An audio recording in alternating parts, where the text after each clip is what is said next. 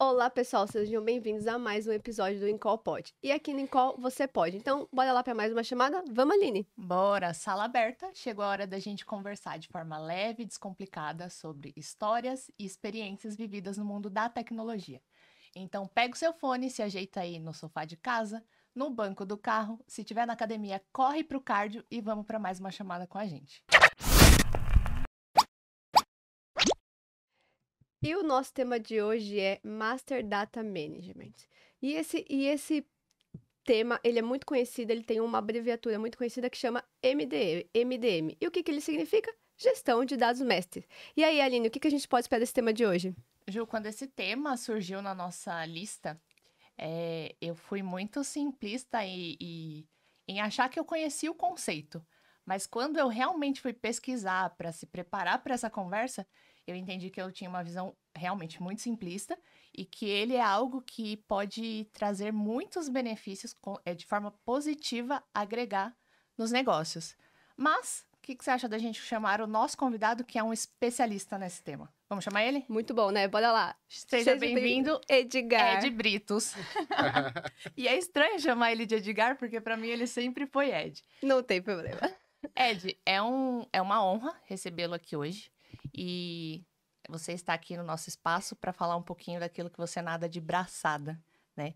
Então, começa se apresentando para o pessoal e falando um pouquinho da sua carreira. Então, eu sou Edgar Britos, coordenador de MDM dentro da empresa Voxel. Há pelo menos uns 8 anos, quase 10, a gente já está trabalhando com MDM desde o início desse conceito aqui no Brasil. Casado com a Camila, né, amiga de vocês, parceira de toda a data, e é isso. E aí, Ed, você começou falando um pouquinho do conceito, né? MDM é um conceito. Para a gente entrar na conversa, qual é o conceito ou qual é a definição de MDM para quem não faz ideia do que é isso? Muito bem. Então, se você pesquisar Google, qualquer lugar, o YouTube, onde você quiser pesquisar, você vai ter o conceito tradicional. Deduplicação de dados, qualidade de dados, governança de processo, ciclo de vida do produto, do dado. Então, esse é o tradicional. Na prática. Na prática, pensando um pouquinho nos projetos que eu já vivi, isso tudo não faz sentido se a gente não trouxer a visão de negócio.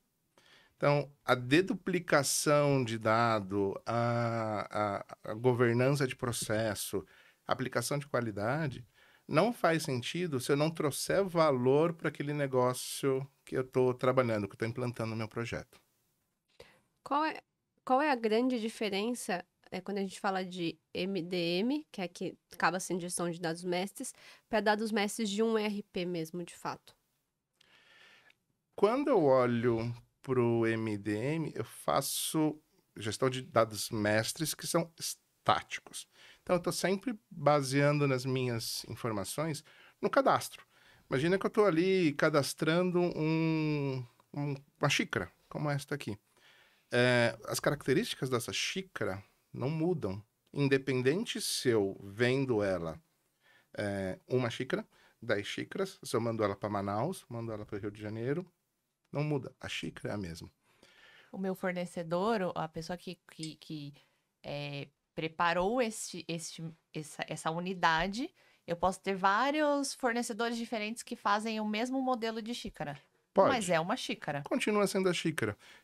Eu passo as especificações e ele vai construir essa xícara. O negócio passa a especificação e vai construir essa xícara.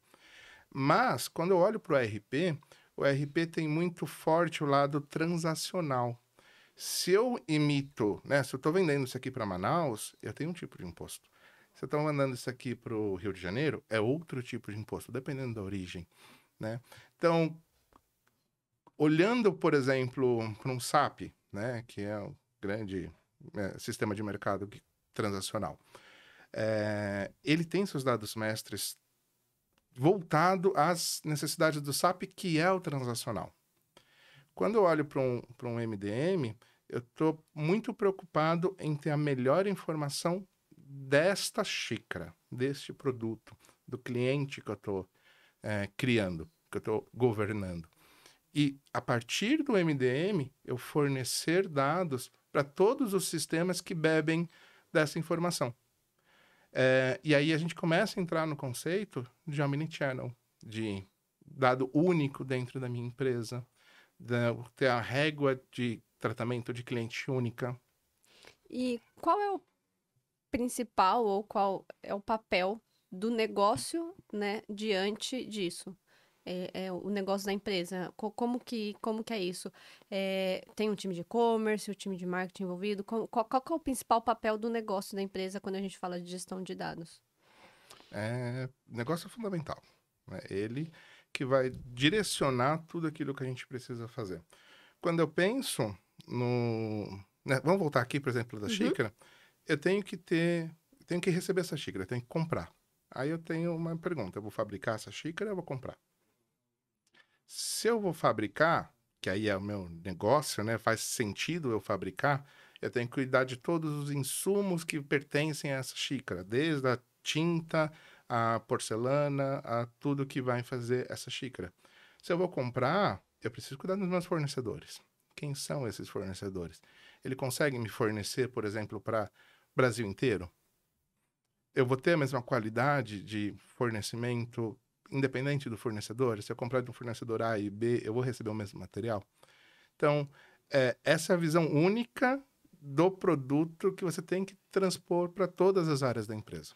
Então, desde a parte que é onde ele está nascendo, cadastro do produto, a parte de enriquecimento. Então, essa xícara eu vou vender no comércio físico ou no comércio online? Se eu vou para o comércio físico, meu enriquecimento da informação é muito mais simples. Por quê?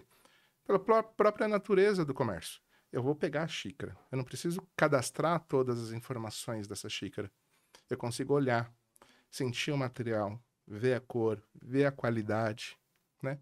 Se eu estou num varejo de e-commerce, né? Então, por exemplo, eu já fiz implantação de MDM num varejo que é 100% e-commerce, no conceito de 1P, 2P e 3P.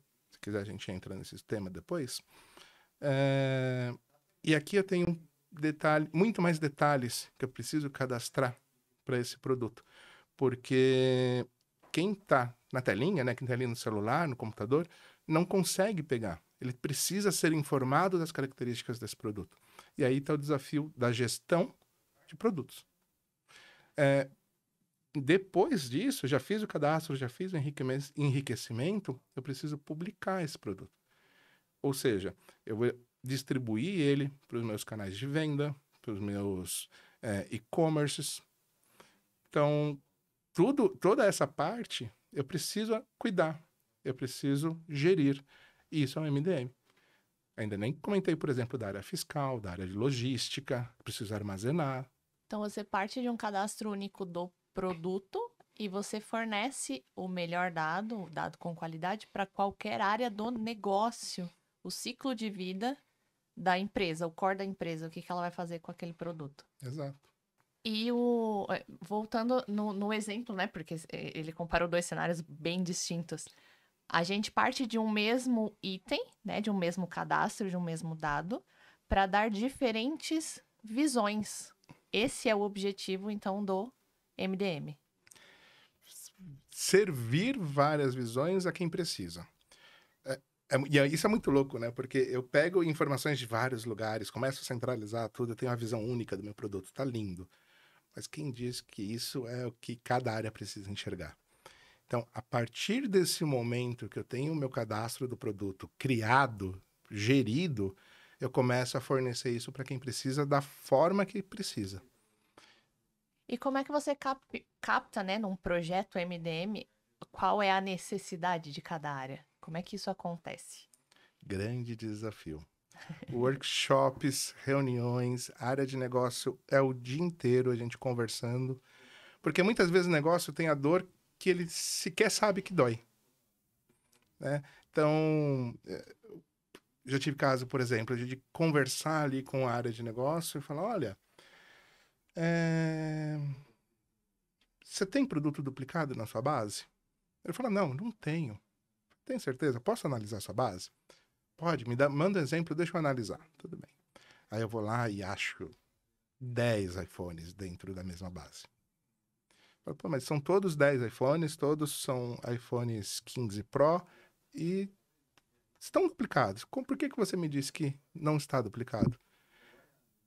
SKU é diferente. Então, se o meu SKU, ou seja, o meu ID de identificação do meu produto é diferente, a área diz para mim que não tem duplicidade de dados, porque não tem repetição de dados. Mas o iPhone é um só, 15 Pro. Então, o conceito de duplicidade de dados pode variar de acordo com a área, de acordo com quem analisa.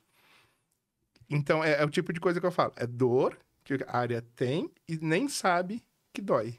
Então, se a gente pegasse o iPhone agora, o 15 Pro, e colocasse no lugar da caneca e aplicasse os mesmos exemplos, essa empresa ela não sabe que ela tem um produto único, porque ele está distribuído em várias chaves. Vários silos de dados. E o que são os silos de dados? Você ter diversas informações espalhadas pela empresa e que não se conversam. Então, isso que a gente...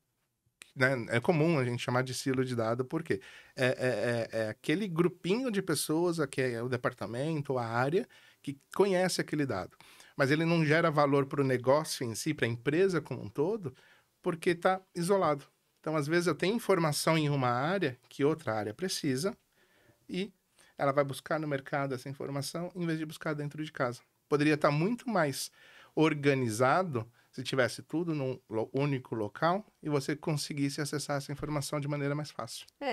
Dá para perceber o impacto direto pensando em métricas. Sim. Se eu for falar de um produto iPhone 15, eu tô falando, putz, em vez de eu falar que eu vendo 100, eu posso falar que eu tô vendendo 10, porque eu olho um SKU específico. Perfeito. Muito legal. E eu queria que você falasse um pouquinho sobre os 3 P's, que eu fiquei curiosa. O que são os 3 P's? E eu não sei o que é. Tava anotado aqui, ó, do lado. Voltar nos 3 P's. Eu fiquei curiosa. É um conceito do varejo, tá? Um P é o varejo vendendo o seu próprio produto. Então, eu comprei essa xícara, eu armazenei essa xícara e eu estou vendendo essa xícara. Um P. Então, pode ser no e-commerce, na loja física, tanto faz. Mas é um P. 3P, que é outro conceito bastante comum. Vocês produzem a xícara, vocês vendem a xícara. Mas eu abro o meu comércio, o meu varejo, para que você possa fazer a venda através de mim. Então, Mercado Livre é um exemplo, né? É um grande e-commerce. iFood, grande exemplo. É 3P na veia. Ele não vende nada que seja dele. Conceito de 2P é: eu vendo essa xícara, mas eu vou vender no seu e-commerce. Então, para você é um 3P, para mim é um 2P. Então, essa é a ideia dos 3Ps. O P, ele tem uma tradução? Título de curiosidade, tipo produção? Nunca pesquisei. Tá bom, anotado. Pesquisa para pós-episódio. Cabe produção, cabe produto. Cabe, fiquei tentando colocar uma definição para cada P. Não, mas é engraçado, porque é um tipo de conceito que você não estuda, você não tem, vou estudar na faculdade sobre o tipo de e-commerce. Não, você não estuda, né? Então, é um conceito que você pega no dia a dia, nas conversas, nessas interações com as áreas. E isso é legal do MDM, né? Porque eu tô, hoje, se você pegar a lista de implantações que já tive, campo de varejo, e-commerce, banco, a indústria, farmacêutico. E você vê, uma coisa não tem nada a ver com a outra, mas todas têm o conceito de MDM por trás e você conversa com muitas áreas, né? Com muita gente de ambientes diferentes. E esse ponto, ele vem com a pergunta que tá aqui, ó, engatilhada. Para eu como empresa, entender que eu posso aplicar... Eu preciso ter um pré-requisito para dizer estou no momento de aplicar o MDM? Isso Um pré-requisito? Não. Hoje, com certeza eu te falo que não. Porque eu tenho empresas extremamente maduras no conceito de dados e também trabalho Também hoje eu estou implantando projeto em empresas que têm super baixa maturidade no conceito de dados. Então, como pré-requisito, não. Agora, qual que é a diferença?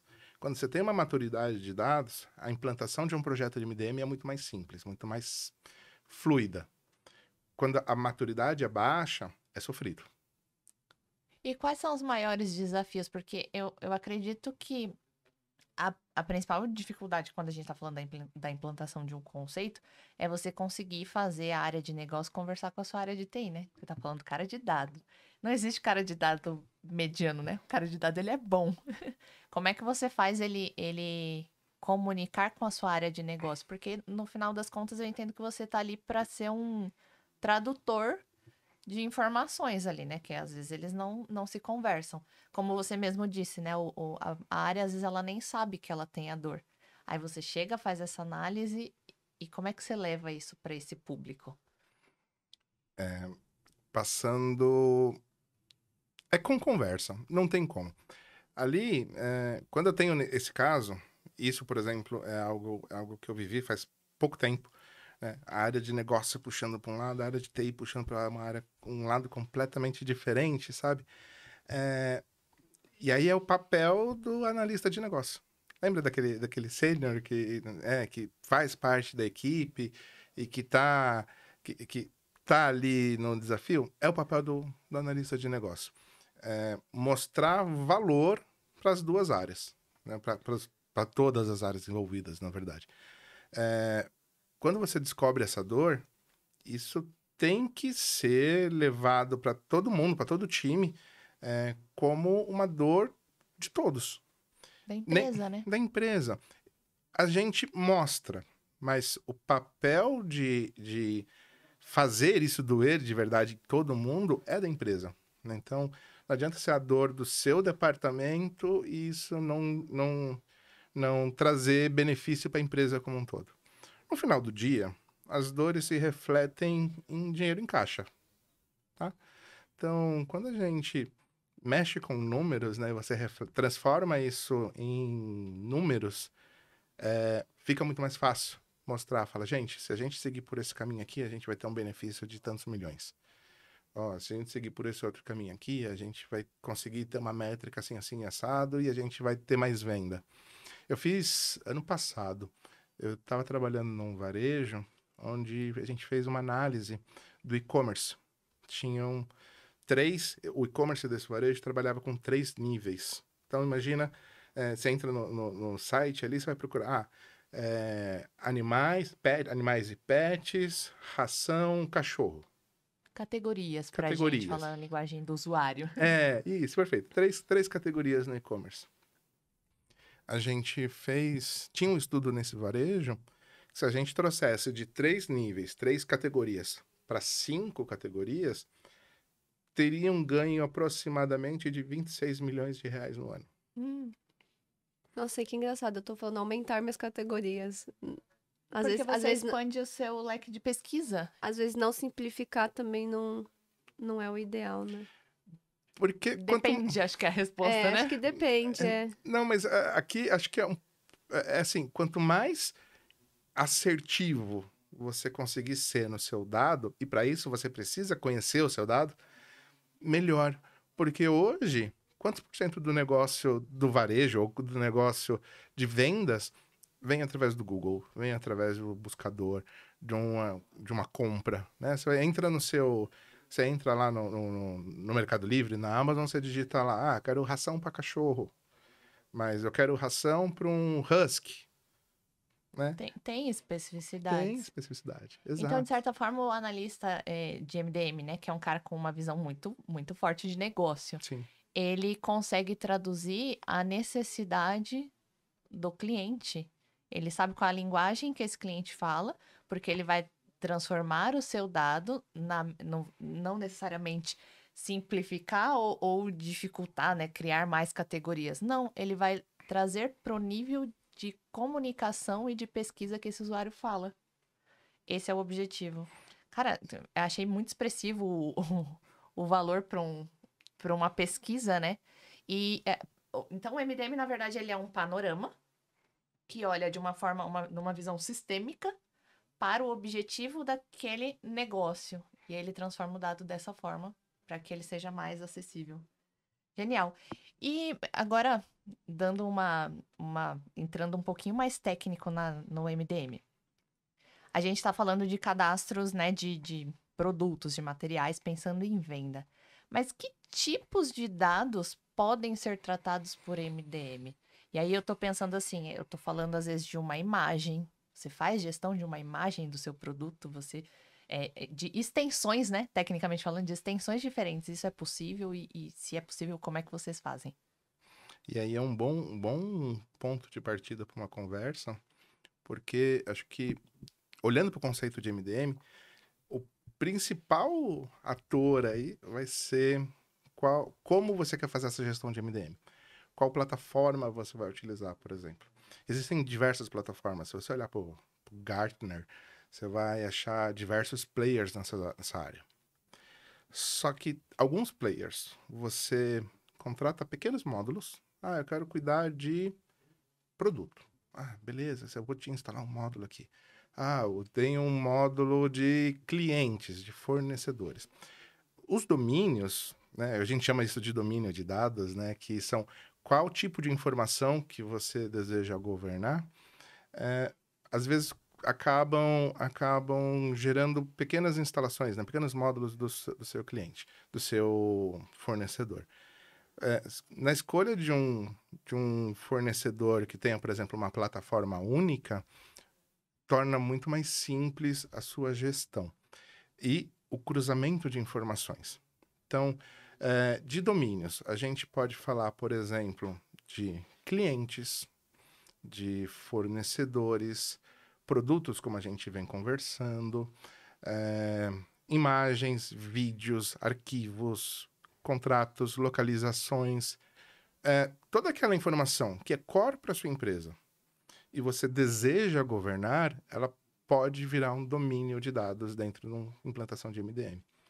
Só que, às vezes, você tem mais de um domínio para você gerir dentro do seu conceito, né? Voltando aqui ao exemplo da xícara que a gente comentou, eu poderia ter, por exemplo, uma gestão de fornecedores.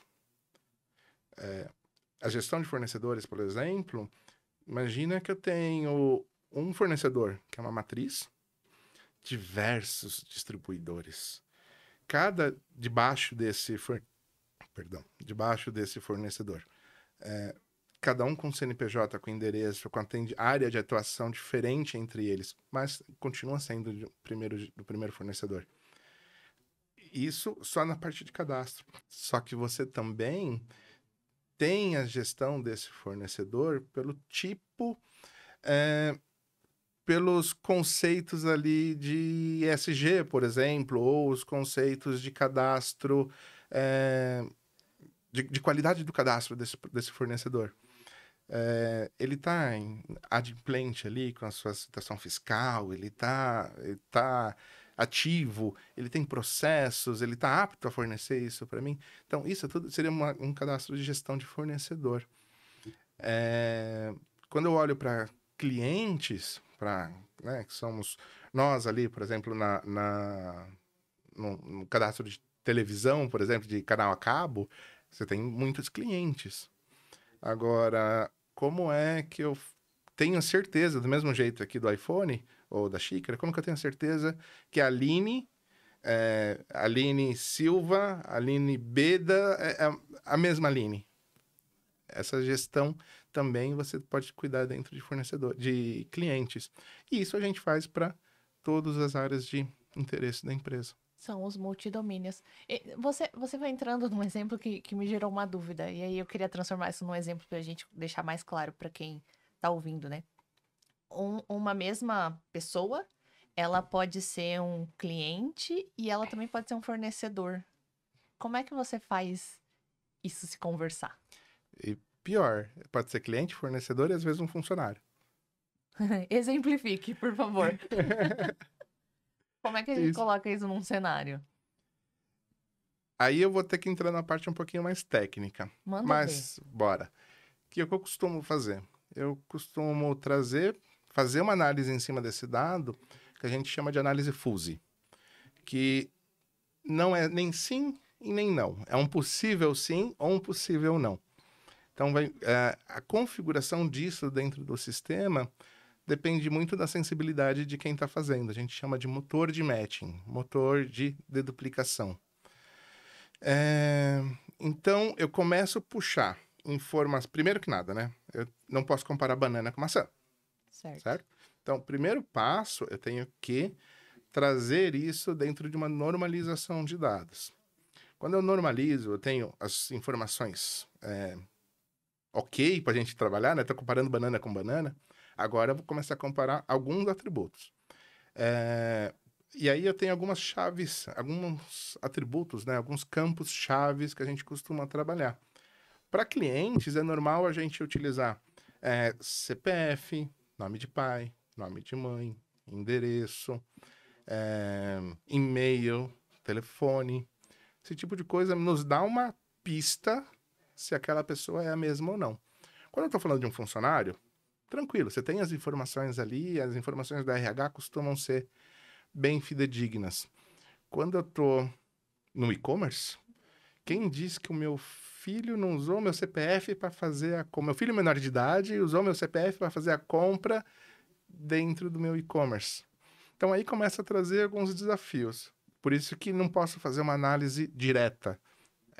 Bateu o CPF, é a Aline. Às vezes não. Que difícil. E esse cenário, na verdade, é um cenário bem comum. E vocês conseguem identificar, às vezes, esse tipo de variação? Consegue. Mas não é uma varinha mágica, tá? O que a gente costuma fazer? Eu vou ter uma série de algoritmos rodando para eu fazer essa identificação. Dependendo das informações que chegam, eu vou simplesmente classificar. Olha, eu tenho 80% de certeza que esses registros são iguais. Perfeito, 80%. Decisão de negócio, sempre quem toma essa decisão é o negócio. 80% é um número aceitável para você? É um número aceitável. Então a gente unifica. Ou, não, eu tenho 50% de certeza. Nesses 50%, falar, eu acho que são 2 registros diferentes. Só que concorda que eu tenho um local, né, um percentual que eu tenho muita certeza, outro que eu tenho não tenho certeza nenhuma, ou seja, são registros separados de fato, mas eu vou ter uma zona cinza ali, né, meio, fala, poxa, pode ser, pode não ser. Então aí eu tenho o papel de um data steward, que é um gestor dessa deduplicação. Aí entra o humano. Então, por exemplo, trabalhei num cliente que ele tinha mais ou menos 220, 230 milhões de registros de clientes. Uau! Nós começamos a fazer a deduplicação desses clientes, chegamos em 120 milhões de clientes únicos. Desses 120 milhões, acho que gerou uns 10, 20 mil clientes em zona cinza. Então, para esses 10, 20 mil clientes, não tem como. Aí é humano. Tem que olhar. Lógico, isso quando a gente não aplica inteligência artificial. Então, você parametrizando inteligências artificiais para fazer esse tipo de análise, você consegue ter uma análise junto do ser humano. Então, você consegue fazer algumas automatizações, tudo, mas já um outro campo aqui para a gente discutir. E gerou uma curiosidade. Nesse cenário, esse cliente, obviamente você não vai poder dizer quem era o cliente, mas qual que era o negócio dele para ter uma carteira tão grande? Porque, de certa forma, vocês qualificaram a carteira dele e, com certeza, ele ficou mais assertivo em vendas. Uhum. Qual que era o segmento dele? Varejo. Varejo. A possibilidade inúmera, né? Você quer mais mesmo que as pessoas se cadastrem no seu e-commerce e que façam pedidos. Exato. E aí voltando para os 3 Ps, né, tem uma grande diferença entre o 1P e o 3P. Você vendendo o seu produto, você tem todo o domínio da informação, certo? Você conhece. Quando você não conhece, você tem um fornecedor. Você pode ir lá no fornecedor. Normalmente, varejo é grande, né? Varejo grande tem poder de negociação ali com o fornecedor. embora seja uma briga de gigantes sempre, né? Mas o varejo costuma ter esse poder de falar, fornecedor, me ajuda a vender o seu produto. Me dá informação. Agora, quando é 3P, você tem vários pequenos sellers. É o normal, é o comum. Você tem a Dona Maria que fabrica o pijama feminino no fundo da casa dela e ela coloca num marketplace para fazer venda. Como que eu vou exigir dessa pessoa que ela me dê mais informações? E aí, quando eu olho para 1P, eu estou olhando para a qualidade de dados. Eu quero fornecer. Normalmente, a demanda dos times de 3P é venda, porque ali é comissão. Pura e simplesmente comissão. Tem gasto nenhum. A margem é muito melhor, muito maior. Então, nesse varejo, por exemplo, que eu comentei dos 200 milhões de clientes, a gente tinha, acho que uns 40 mil produtos de 1P para aproximadamente 50 milhões de produtos 3P. E engraçado quando a gente fala de 1P ou 3P, também muda um pouco a visão do negócio para pro produto que está ali, mesmo por trás sendo um produto. Sim. E, Ed, a gente falou muito sobre, você estava falando sobre a carteira de clientes, né, sobre essa normatização. Como que é para vocês quando a gente começa a falar de leis de proteção de dados? Quando a gente fala de um produto, né, talvez a gente não tenha não tem muito aspecto de lei de proteção de dados. Mas é como você disse, esses multidomínios que tem, há muitas informações aí que são sensíveis, né? Sim. Como que pessoais, né? como que o MDM olha para isso? Qual que é o trabalho que vocês fazem em cima dessa parte de lei de proteção de dados? O principal ponto é a consolidação. Primeiro, para uma empresa conseguir atender a LGPD, primeiro passo, ela conhecer os dados. Aonde estão esses dados, quais sistemas? Trabalhei num banco, por exemplo, fiz uma implantação num banco. Eu tinha 27 sistemas com origem de dados. Então, um cliente poderia nascer em qualquer um desses 27 sistemas. Essa era uma das perguntas. Integração. Agora, imagina essa dor dessa empresa no momento que o cliente exerce o direito dele de falar, empresa, me esqueça. Você tem que olhar os 27 sistemas, tem informação que você pode apagar, tem informação que você não pode. Lembra do cenário que o seu cliente pode ser seu funcionário e seu fornecedor? Você pode se livrar dele como cliente, mas os demais não. Exato. E mesmo como funcionário, tem informações que você pode reter, você não pode reter. Porque também existe a lei CLT. Exato. Então, a principal solução que o MDM traz para uma LGPD é essa: consolidação de dados, conhecimento de onde estão seus dados. E para esses desafios, lógico, o MDM não vai resolver 100% da LGPD, mas existe um estudo que diz que resolve de 60% a 70% das dores. E você consegue, por exemplo, sendo o centralizador do dado, né? Você tá lá pode vir informações de clientes de 20 e tantos sistemas. Você é a centralização dele e quando ele pede para você, por exemplo, esqueça-me, você devolve essa informação para os seus sistemas origens, né, da informação? Como é que acontece isso? A gente classifica a informação. Quais informações são sensíveis e passíveis de atender a LGPD e quais não. Então, eu separo essas informações. E para os sistemas que vão beber do MDM, eu informo, falo, gente, esse cliente precisa ser esquecido, estas informações aqui, no caso tem sistema que vai ser 100%. Falo, essas informações você tem que remover da sua base de dados.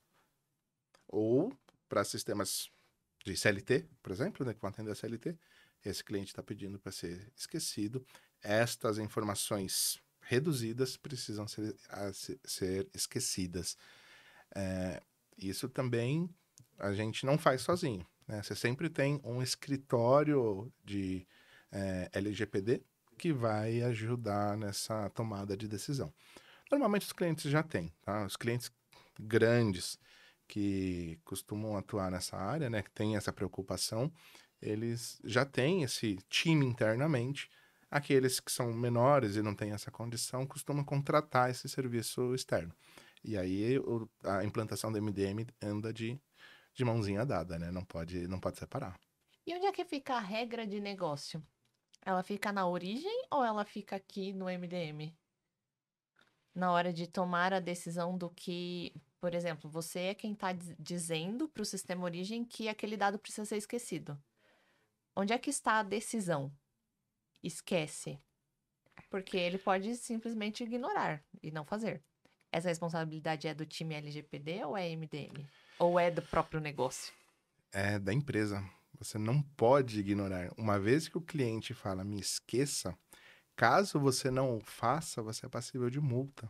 Até a última vez que eu estudei, a gente estava falando com multas que poderiam chegar a 50 milhões de reais. Sim. Ou até um percentual X do faturamento da empresa, né? É muito parecido com o fiscal, né? É muito parecido com o fiscal. Nesse aspecto, é uma coisa que funciona, né? Ou você faz, ou você faz. Ou você Exato. paga. Ou você faz, ou você paga e faz. Você faz, você acaba fazendo em dobro, né? Exato, exato. Então, o importante é que você consiga rastrear. A regra do negócio veio de cima, né? É lei. Tem que fazer e ponto. Agora, a capacidade de fazer é o que vai definir tudo. E, aliás, quando você tem, pela Agência de Proteção de Dados, né? Quando você vai receber uma diligência deles, vai ter caso que pode ser que você não tenha tido a ação tal. Porque eu mando, né? Eu mando a informação, você precisa esquecer. Aquele segundo sistema esqueceu, já não tenho interferência no sistema que recebeu. Mas eu informei. Então, quando você tem uma diligência do time de proteção de dados, né, da agência de proteção de dados, você tem que provar que você teve a intenção de deletar ou de atender aquele requisito. Quando você faz isso, mesmo que você esteja errado, é possível que você tenha uma atenuação na sua punição. Entendi. Era exatamente essa dúvida. Você tem que garantir que você fez a solicitação e que você teve a intenção, né? E aí eu vou acabar mudando um pouquinho o nosso rumo, mas indo, né, nessa linha, olhando para os profissionais que vão atuar como MDM, né? Decidir entrar na área, qual que é o skill que essa pessoa tem que ter, formação, como que é esse início? E como talvez você escolheu essa área? Como que essa área caiu no seu colo? Acho que essa experiência talvez você conte um pouquinho como que é o skill. Eu brinco, né? Quem trabalha com TI não escolhe, né? É escolhido. Não tem, né? Ninguém acorda e fala, olha, eu quero atender 20 chamados hoje porque eu tô feliz. Ninguém quer isso. Acho Nem que eu- feliz. Acho que eu concordo. Eu concordo com você, na verdade. Não, eu tenho certeza que eu concordo com você. Porque eu também me sinto assim, eu sinto que eu fui escolhida. Exato. Para mim, foi... Na empresa que eu trabalho, eu tive uma reunião com o nosso CEO e ele ofereceu. No MBA que ele estava cursando, estava entrando numa empresa dinamarquesa aqui no Brasil. E ele estava... junto nesse MBA estava o country manager dessa empresa. E eles batendo papo, falando, olha, tem uma tecnologia nova, queria te mostrar. Então, quando o nosso CEO olhou para isso, ele viu uma oportunidade, viu que seria algo interessante para trazer para o mercado, e aí começamos. Então, Você iniciou o negócio na empresa, inclusive. sim. E antes vocês eram o quê? A gente já tá falando da empresa, perdão. Mas é bom, é propaganda, empresa. Era o que? Era uma consultoria de TI e aí vocês viram a oportunidade de atuar com isso. Sim, a gente sempre... A empresa onde eu trabalho nasceu dentro de um grande player automotivo. Nasceu dali. E sempre nessa ideia de inovação. A gente já trouxe... Foi a primeira empresa que trouxe para o mercado brasileiro os softwares de CAD, que é de auxílio a design de carros, de desenho industrial. Então, a nossa empresa foi a pioneira nesse sentido, trazendo para o Brasil essa tecnologia. Então, isso já está na veia, né? Desde sempre.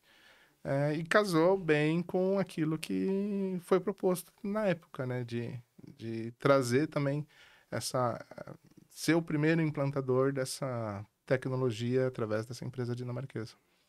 Então, isso veio de fora. Vocês ainda têm muito contato com essa questão de fora? Ainda vem muito insumo ainda para o Brasil de progresso dentro do MDM, dentro da área em si?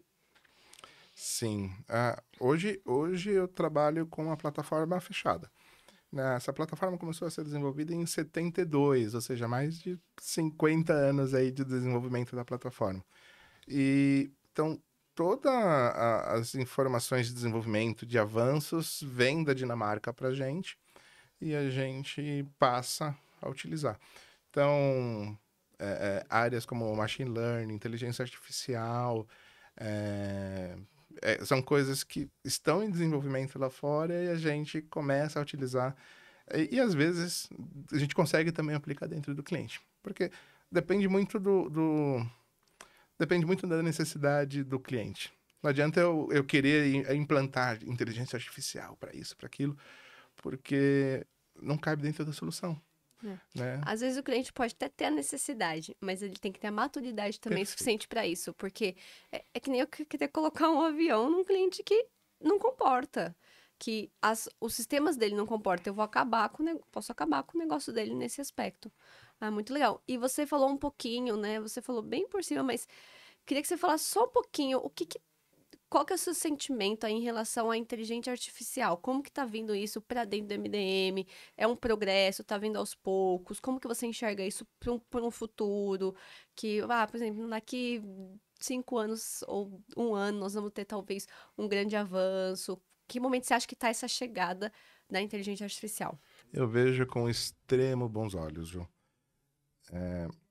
Tem alguns desafios que a gente vive no dia a dia que é bem interessante. A gente já conversou sobre alguns deles. Essa parte de duplicação, né? Eu já trabalho hoje com tabelas de decisão, com análise fuzzy, mas conseguindo trazer uma inteligência artificial para dentro dessa tomada de decisão é fantástico. Quando eu olho, eu dei o exemplo para vocês aí do 3P. Imagina que eu tenho que fazer a carga de um fornecedor novo dentro da minha empresa. Hoje é comum você bater num fornecedor chinês e ele chegar para você com 1 milhão de novos produtos para sua empresa. Como que você classifica, organiza? Simplesmente faz o cadastro, né? Como que você enriquece essa informação? Então é o tipo de coisa que a inteligência artificial ajuda e ajuda muito. A classificação disso. Existem mecanismos, por exemplo, do Google, que, de acordo com as informações que você cadastra no seu produto, o Google te localiza mais fácil. Mas como que eu faço isso para 1 milhão de produtos que chegou hoje e eu preciso vender daqui a 2 dias? Então, eu vejo com muitos bons olhos. A inteligência artificial vai ajudar, e já está ajudando, a gente já está desenvolvendo e utilizando os primeiros recursos de inteligência artificial nesse hoje. Então, você falou daqui a 5 anos, eu diria daqui a 1 ano, daqui a 6 meses. A gente já tem bastante coisa chegando, interessante. Que legal. É importante a gente, né? Acho que bastante gente tem pedido no nosso canal para falar um pouco sobre inteligência artificial. Então é importante a gente começar a olhar para isso nas perspectivas diárias. Eu acho que cada área, principalmente quando a gente fala de TI e fala, né? Quando a gente fala de um MDM que é gestão de dados, quando a gente fala de uma área de teste, são áreas distintas. Eu acho que cada área está numa maturidade diferente. E aí volta naquele ponto. A maturidade é importante para que a área consiga utilizar aquele avanço, aquele progresso que a gente teve com a inteligência artificial. Mas para mim eu enxergo isso para dados, acho que dados é uma das áreas mais avançadas nesse aspecto da necessidade da inteligência artificial, né? Sim, sim, muito, muito, muito interessante. E aí eu fiquei com uma dúvida. Hoje, nos primórdios, quando não existia inteligência artificial, como é que é feito esse cadastro de 1 milhão de novos produtos? Ótima pergunta. Na unha, praticamente. Sim. fiz uma careta, a câmera não tava em mim. Fiz tipo, nossa, na Sim. unha. É praticamente na unha. É assim, vamos lá. Quando MDM é o conceito de a gente levar valor pro negócio. Então, eu não dificilmente eu vou nascer uma empresa nova com um sistema de MDM de cara. São sistemas caros, né? Mesmo, eu dei o exemplo do SAP, mesmo um SAP, por exemplo, é difícil nascer uma empresa nova já com SAP, né? Ela cresce no momento em que ela está num ponto interessante de chegar no mercado, chegar, abrir capital, algo nesse sentido. Aí ela começa a trazer tecnologias que vão dar visão para os seus investidores e afins. Então, olhando aí para esse desafio do cadastro, eu trago o MDM analisando o que já está cadastrado. Muitas vezes eu tenho esse registro duplicado, né? É comum, tudo bem. E eu começo a puxar, partindo do conceito de survivorship, de regras de sobrevivência, da onde que eu vou puxar cada informação, da onde que eu vou trazer, qual sistema eu tenho informação mais confiável para compor o meu produto. E isso eu vou analisando campo por campo, campo por campo. E até com isso eu consigo ter a melhor visão que a empresa pode ter sobre aquele produto, sobre aquele cliente. Então eu não parto do zero absoluto, mas o enriquecimento a gente tem que trazer recursos para que isso possa ser feito. Muitas vezes se faz na unha. A melhor decisão é coloca os dados para dentro e aí a gente vai melhorando eles. Isso. Então, assim, muitos clientes fazem na unha. Outros contratam virôs de dados para você começar a fazer consulta. Quando você já está com aquela informação meio que deduplicada, você já sabe, né, qual é o meu iPhone, qual é a minha xícara, eu consigo bater numa base de dados ali e falar, olha, você tem mais informação sobre esse iPhone? Tem mais informação sobre essa xícara? Me dá. Eles contratam esse serviço e você começa a enriquecer a sua empresa, os seus dados, os seus produtos, seus clientes. Que Você interessante. consome tipo de uma base padrão que já tem maturidade, um dado ali já pronto para que você só consuma e arquive ele. Nossa, muito legal, não tinha pensado nisso. Não, também E não. eu já trabalhei com Crivo, que é que é um sistema disso, que é justamente para a parte de placa de veículo. Você bate Ele é lá e vivo, ele né? devolve. Depois que você contratou o MDM, você nunca mais sobrevive sem ele. Exato. E isso no nosso discurso de venda é mais ou menos por aí. Quando você faz saneamento de dados, você pegou uma foto do seu banco de dados e saneou. Só que você não fechou a sua empresa, né? Então, esse dado continua nascendo, continua sendo cadastrado. A origem que permitiu o dado ruim continua aberta. Então, você tem que trazer inteligência para dentro da sua plataforma para começar a corrigir todos esses dados. E é um filme e não uma foto. A gente vai fazendo isso on demand. Conforme vai chegando informação, conforme vem chegando ofensores de dados, a gente começa a corrigir. Isso é a primeira fase de implantação de um MDM. Na segunda fase, eu começo a entender quais são meus ofensores, por quê, quais dados estão vindo com má qualidade, e eu começo a retroalimentar os meus clientes, os meus sistemas. Então, com essa retroalimentação, e aí acaba acontecendo de forma orgânica, né? Porque conforme você vai atualizando o cadastro, vem informação suja, eu trato essa informação e devolvo para o meu sistema, origem, você vai começando a limpar a base de dados da empresa inteira. E aí você doutrinou, né? Essa galera e ela é quase que uma evolução cultural. Eles começam a aprender a lidar com o dado. Trata o problema na origem. A origem começa a te dar informação de qualidade também. Exato. Muito legal. Muito legal. Estamos Bom, chegando ao fim? Sim, acho que estamos chegando ao fim. E acho que vamos então entrar naquele nosso momento que a gente gosta, e vocês De podem que travar o gostem. convidado. De travar o convidado, brincadeira. Então nós vamos, né, só explicando aí até para lembrar a galera. Nós vamos agora fazer o momento bate-bola. Então vão ser perguntinhas rápidas, com respostinhas rápidas. E a gente vai começar agora. Então, bora lá, Aline, você é a primeira. Pronto? Não. Não? Então é agora. Defina em uma palavra como MDM é visto no mundo da tecnologia. Nossa, uma palavra? Só uma? Meu Deus, Meu Deus, são duas. desafio. Boa. Cite o principal valor agregado na contratação de uma solução MDM. Qualidade de dados. Vale duas? Vale.